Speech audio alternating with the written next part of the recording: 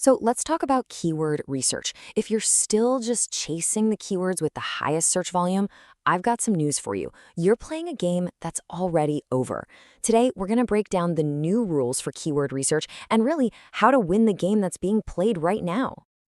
For years, it was all about one thing, right? Find the search terms with the biggest numbers, slap some content on a page, and you'd win. But as we look ahead, you got to ask, does that strategy still hold up? And the short answer? No, not even close. A truly effective strategy these days has to be way more sophisticated. It's all about digging beneath those surface level numbers to understand what's actually driving a person's search in the first place. And this right here, this is the core idea we're going to unpack. Winning in SEO is no longer just about the words people type. It's about deeply understanding their intent, organizing your content with a clear structure, and ultimately creating something that delivers real impact. Okay, so how do we actually do that? Well, we're going to walk through a really clear 5-step process. Think of this as your roadmap, covering everything from finding those hidden opportunities to measuring what truly moves the needle.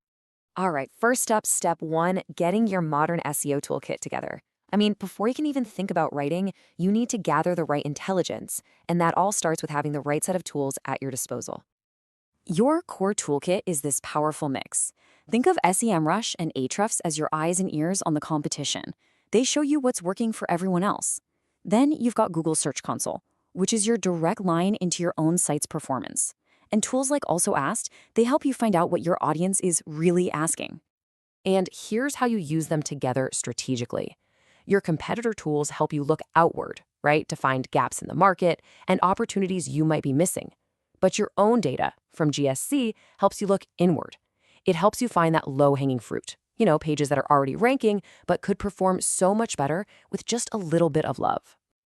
So, once you have your toolkit and your raw data, it's time for what I think is the most critical part of this whole process. Step 2, decoding user intent. This is where we stop looking at what people are searching for and start focusing on why. Simply put, search intent is just the user's ultimate goal. Are they trying to solve a problem? Are they looking to buy something? Or just find a specific website? The better you can answer that question, the more likely you are to create content that feels genuinely helpful, not just optimized for a machine. And intent generally falls into one of these 4 categories. A search for how to bake bread is informational. Someone searching for buy sourdough starter is transactional. King Arthur Flour website is navigational. They know where they want to go.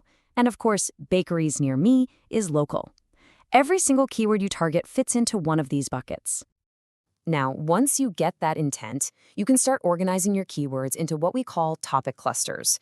So, for example, if your main pillar page is this huge ultimate guide on digital marketing, your supporting cluster pages might be deep dives on things like email marketing, social media strategy, and SEO basics. This kind of structure signals your expertise to search engines, and it also makes your site incredibly easy for a real person to navigate. Okay, so you've sorted your keywords by intent, you've grouped them into clusters. Now it's time for step 3, building your content blueprint. This is that crucial planning phase where all your abstract research turns into a concrete plan of attack. And the hero of this step is your keyword-to-page mapping document. Seriously, it can just be a simple spreadsheet, but it becomes your single source of truth. It makes sure every single keyword or topic you care about is assigned to one and only one URL on your site. This document is literally the backbone of your entire content strategy. So why is this mapping process so important? Well, first off, it prevents something called keyword cannibalization. That's when you have multiple pages on your own site accidentally competing against each other for the same search term. That just confuses Google and waters down your authority. This map also gives your content team clear directions, helps you scale your strategy, and even helps you figure out how your website's menus and internal links should be set up. All right, with your content map in hand, you know exactly what you need to create. Now it's time for step 4, analyzing the metrics that actually matter. This is where we officially move past just looking at search volume and start evaluating opportunities with a much more sophisticated lens. So here are the 5 key data points for a modern analysis. Yeah, search volume is still on the list. It gives you a sense of scale. Keyword difficulty tells you how hard the fight is going to be.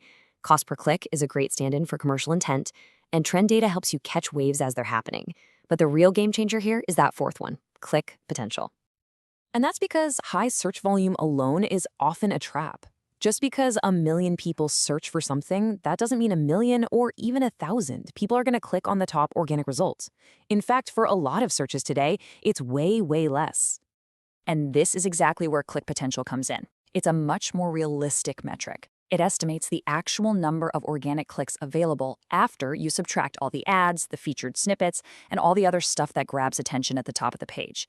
It's the difference between a potential audience and actual real traffic you can get. Finally, we've arrived at step 5, the strategic mindset. And honestly, this isn't just a final step. It's the ongoing practice of putting everything together with a real focus on continuous improvement and balance. You have to remember, the ultimate goal isn't to trick an algorithm. It's to make a human being happy. This means you've got to weave keywords into your content naturally, where they actually make sense. Don't ever stuff them in. Just focus on providing the best, most complete answer to the user's question, and you know what? The rankings will often just follow. And this work is never really done. Keyword research is a living, breathing process. You should constantly be diving back into your Google Search Console data, looking at metrics like click-through rate, and using that feedback to refine and expand the pages you already have. That's how you build and maintain momentum over time. Which, hey, brings us right back to our core idea. The modern approach isn't a checklist of words to target. It's a whole strategy. One focused on understanding human intent, building a logical content structure, and creating a real, measurable impact for your audience and for your goals. So I'll leave you with this one question to think about. Are you just optimizing your content for keywords, or are you truly building it for impact? The choice is yours, and in 2026, it's going to make all the difference.